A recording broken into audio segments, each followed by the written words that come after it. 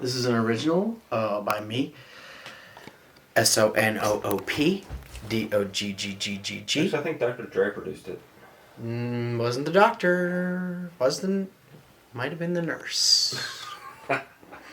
My name is Snoop Doggy Dogg. You always blame the doctor, you don't think about the nurse. I'm a musical rapper. I go by Snoop Doggy Dogg. Women have agency too, what more like is there to nurses. say? What more is there to say? That one's called. This one's called. And it goes like this. Chris is being modest. He's not actually a rapper and entrepreneur Snoop Dogg. He's in fact... This is my song. This is my Chinese song. Just kidding. He's in fact well-known... That would be racist. Well-known cis musician Chris Bucket. Musician. Protestant raised. Musician, if you will. Musician. The song is using the pipe organ. There was one of those on the ceiling at the place we were at church. Marco. AKA El Subcommandant. Subcommandant Marco. AKA Prince. What's that from? What's some commandant? What is that? The modern day Che Guevara guy. That guy. You see, it's an uncanny resemblance. AKA Puppy Cat, AKA Mr. Kitty. No. Can you list all your influences and talk about where all this pain is coming from all of a sudden? Musical influences. Yeah, what happened to G-Funk?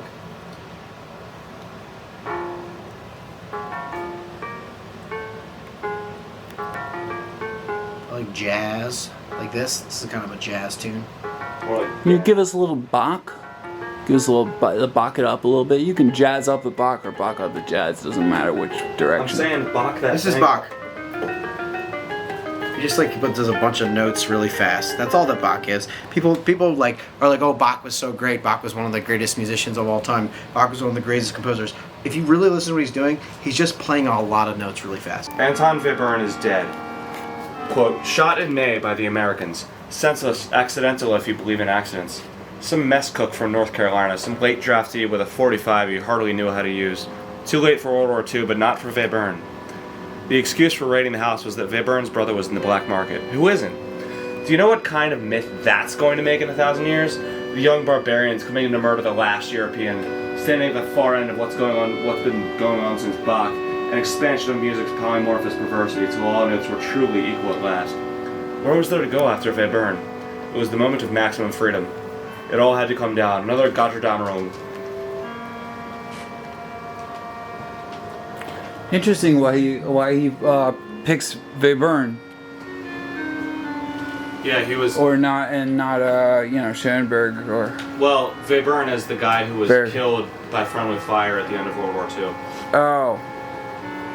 This is the. This guy's like a punk artist, like amateur pornography actor. And this is the I've heard of him. adaptation of this novel, page by page, but it's not this edition. So these are all ink drawings each one is based on a page. It's 780 pages. Damn. These are sick, man. Yeah. Also this. Let's check out this let's behind easily you. zoom in. Also if you turn about 170 degrees, you'll see one of these vases. Yeah. Visual effect here. Oh, very cool. You want the bitches to know you are a fucking modernist. Head. It takes a great deal of acculturation that they would even theoretically be able to divide into two camps. Oh, this is modernist and this is postmodernist. It's really a follow through. Yeah. But you gotta think what historically separated modernism from postmodernism is really the history of the world took a hard turn. The 30 Years' War of 1914 through 1945. It's hard to periodize them together just because of how radically the world changed in that period. The catastrophe that happens. So he wrote a pamphlet that was like pro-Hitler in like the early 30s. Yes, he did. And he visited Germany in like 1937 or 38 and saw like specifically like the treatment of the Jews and was like, wow, this is fucked. Yeah. And came around to the view that like, well, you know, communism, as bad as it is like at least like starts from good intentions, and like fascism is like conquest and violence and destruction from, you know, that's like essential to it, you know. So he came to realize like, yeah, the greatest evil in the world is Hitlerism. What are you talking about?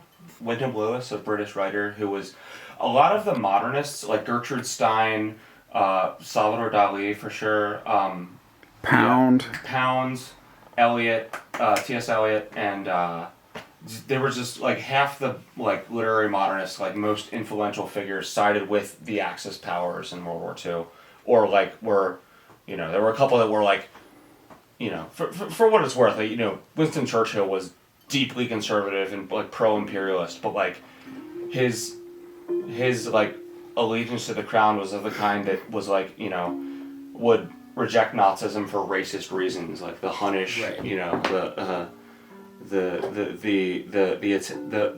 Latin sophistry and the Hunnish banditry are to be, you know, turned aside for English rationalism. I was in 12th grade, and I don't remember the book, but I remember the situation surrounding it. I was dating this girl. I was reading Breakfast of Champions, and I was like in the library for one of my class periods, and I just decided to skip my next class and just keep reading it. So I stayed for like 3 class periods and sat and read the whole thing, and I loved it.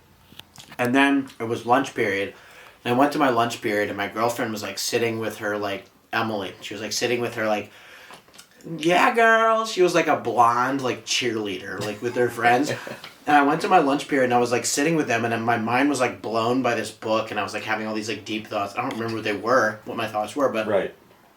I went up and I like got my lunch, and I like got all these like French fries, these like thick potato wedge fries, Right. and like they were like talking about some dumb shit, and I just took all the potato wedge fries and I like smushed them in my face, and I smeared them all in my face, and I just like stared at all these dumb girls, and like my girlfriend started like crying and getting really mad at me, and I just like got up and like And that made you walked more around. pissed, right? I, like, that walked made around the that dug it cafeteria. in. I just like walked around like looking Yeah. at people with the smushed fries over my face, and me and Emily got in a big fight, and she was like crying, and she was so mad at me because I embarrassed her in front of her friends. But somehow this had to do. I love that fucking I don't story. remember like how, but it somehow I've heard it somehow before. had to I'm do glad with, it's like, on film. The effect that Breakfast of Champions had on me at that moment, like it just made me like feel like I'm just gonna smush these potato wedges in my face because, you know, fuck it, I'm a teenager. It's like I just read Breakfast of Champions. It's like you were like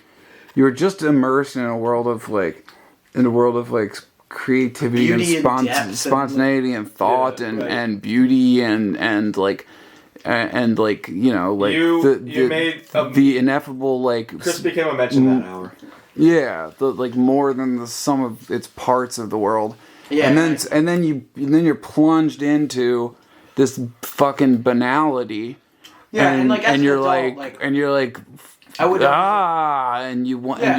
and you want to like do the fucking yeah, it was art totally like it yourself was just like I just want to do on this. its I just want unconscious to do level. this. I remember feeling like I can smush these fries in my face, and I want to do it just because I can, and I just want to prove. That's an that- existentialist impulse. I remember proving. I'm on top I of this remember cliff. Why don't I throw being myself like, off? I can do. I'm gonna do this because I can, and I'm gonna prove that I can. And I just was like, psh, and I was just like, ah, and Emily was like, ah. I would never do that now because Poor ass. the normal parts of life. Yeah, you don't you- get. you- You don't have to punish people. You've developed like, because you're your you're deep. Like, you've- but you've- at the time, I wanted to punish people. You've developed your instincts to inhibit your behavior by this Yeah. point. Yeah, but at the You've time, developed a sense of decency. that's literally my my good memory lighting. of Breakfast of Champions. I don't remember the book. I just remember that it had that effect on me. That it made me do that somehow, or it made me want to do that. I think Breakfast of Champions was the one that had like a doodle of a beaver Yeah, maybe. to mean like also a pussy. When I was deployed 6,000 miles away in Qatar, I came across a donated copy of Infinite Jest on the donated books to the troops card. As geographically and in other senses far as from the literary hipster scene as I could be, having no sense of like this like subculture that existed around the book, and this was, mind you, the book was published in '96. This was about 2011. This was exactly 2011, and I just like read it most of the way through before I even like looked up anything about it. Like, this book is hilarious. This book is awesome, and like so it was like unpolluted by this whole like Freddie Barr's written about this unwarranted like image that that David Foster Wallace has of being so problematic and this and that. He is constitutionally conservative. He's kind of a dipshit. He's really pretentious, but like Yeah. But I mean, he beat the shit out of Mary Carr when they were together. Yeah, he was an abuser. But also... And he did a suicide, which is the most immoral act you can do, according to the Bible. But, you know, his novel was really funny, and novels weren't even his best form. He was a born essayist. When I joined the Air Force, I'd read, like, books by Al Franken and Noam Chomsky and Michael Moore in college. Not that I didn't read Noam Chomsky. I was aware of Noam Chomsky, had read, you know, some stuff by him, but, like, I was like a turbo lib, you know, like a... Yeah. Like, I was never, like, a gung-ho, I joined up to kill terrorists type of thing. It was, like... There was always an ironical sense of, I just want to get paid to, like...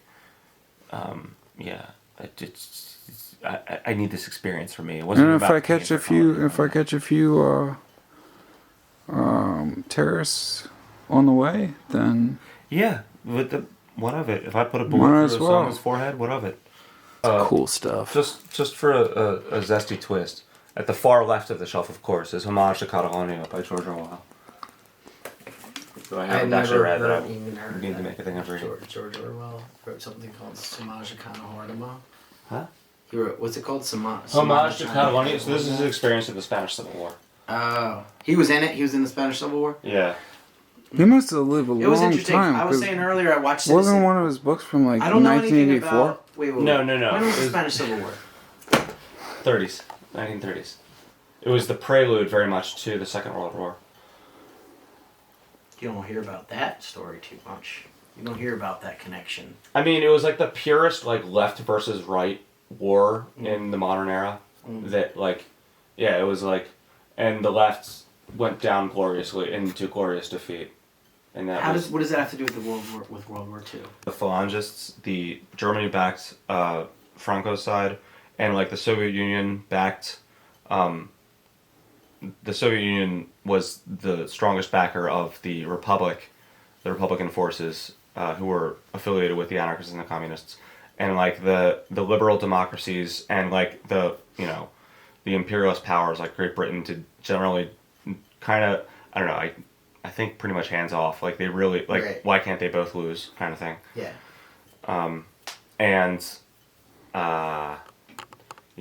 There was a lot of red terror and there was white terror. I think the red terror outweighed the white. I don't know. I can't say that. I call it white terror. I don't think it was... White terror is pretty specific to the Russian Civil War. But, like communists like and anarchists like killed nuns to poon authority. Like raped and mass raped You and shouldn't murdered do nuns. that. Yeah, that's taking it too Even far. if you're a communist, you shouldn't do that. Yeah. Hun? Yeah, nuns are like, they're nothing. What? They're none. To clarify, I'm against mass rape, even if you're not a woman of the cloth. Yeah, I think that if a leftist rapes someone, and if a right wing person rapes someone, I think it's the same amount of bad. I know that might be controversial among leftists or right wingers. I think it's the same bad thing. I think it's more controversial among right wingers because right wingers wingers are the ones who are going to step up for groomers every time. Like, oh no, yeah, well it was legal. Well, he waited till the age of consent, didn't he? Even though it was clearly in a hierarchical relation above her. Like, but what does that mean? That's a bunch of leftist bullshit. Like power structures. But that's just defined. That's just an argument about what actually is raping someone. But my point was, if like a leftist like Bill Maher, like, rapes It doesn't matter. A leftist advocate of domestic Doesn't abuse. matter how old. It doesn't matter what she looks like, what she's wearing.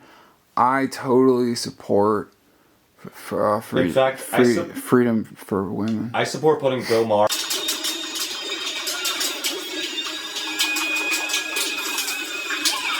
Oh.